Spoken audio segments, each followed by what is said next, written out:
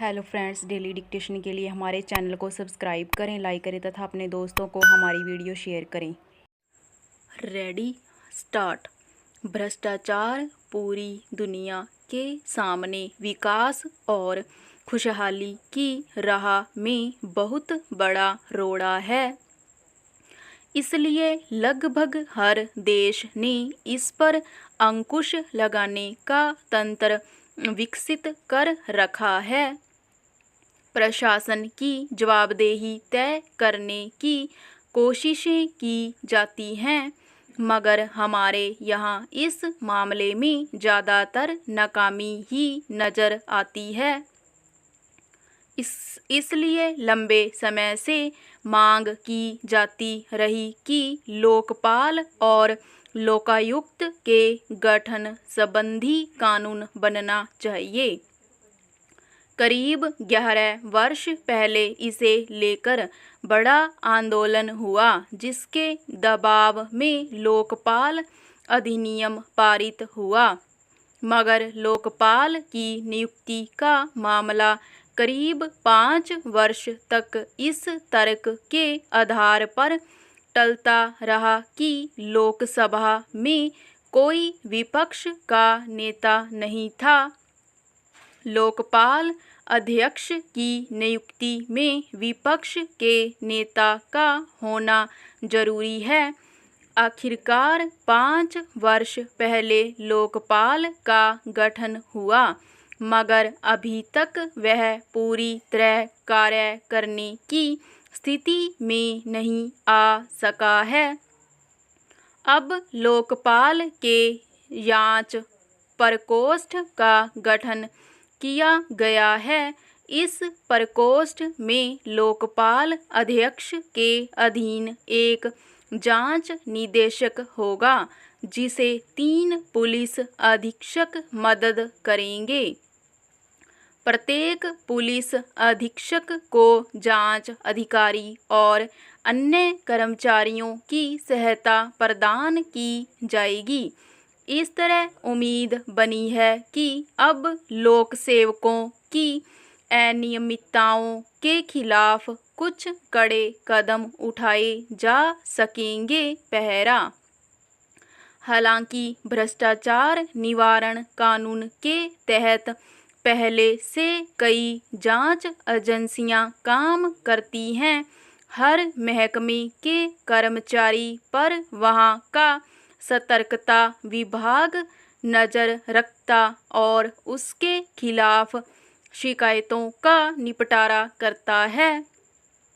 केंद्रीय जांच ब्यूरो, प्रवर्तन निदेशालय, आयकर विभाग भी संबंधित मामलों में जांच करते ही हैं, मगर प्रशासनिक सुधार आयोग का मानना था कि लोकपाल और लोकायुक्त के गठन से लोक सेवकों के खिलाफ निष्पक्ष कार्रवाई हो सकेगी।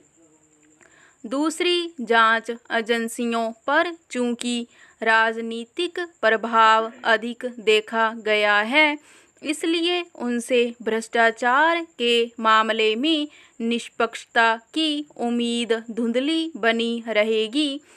पर शायद सरकारों को लोकपाल और लोकायुक्त के गठन से इसीलिए हिचक पैदा होती रही कि उसके दायरे में प्रधानमंत्री तक को रखा गया है। फिर लोकपाल और लोकायुक्त स्वतंत्र निकाय की तरह काम करेंगे। उन्हें दूसरी एजेंसियों की तरह किसी अधिकारी के खिलाफ जांच करने के लिए संबंधित विभाग से अनुमति की जरूरत नहीं होगी। कई सरकारों की लगता रहा है कि इस तरह उनके कामकाज में बाधा पड़ सकती है। शायद यही कारण है कि अब भी कई राज्य सरकारों ने अपने यहाँ लोकायुक्त का गठन नहीं किया है। पहरा। देर से ही सही, लोकपाल के जांच प्रकोष्ठ के गठन से लोगों में भ्रष्टाचार निवारण की दिशा में उल्लेखनीय नतीजों की उम्मीद जगी है। लोक सेवकों में गलत तरीके से पैसा कमाने की भूख और रिश्वत लेकर अपात्र लोगों को लाभ पहुंचाने, सरकारी योजनाओं में गतिरोध और सृजन पैदा करने की प्रवृत्ति किसी से छिपी नहीं है।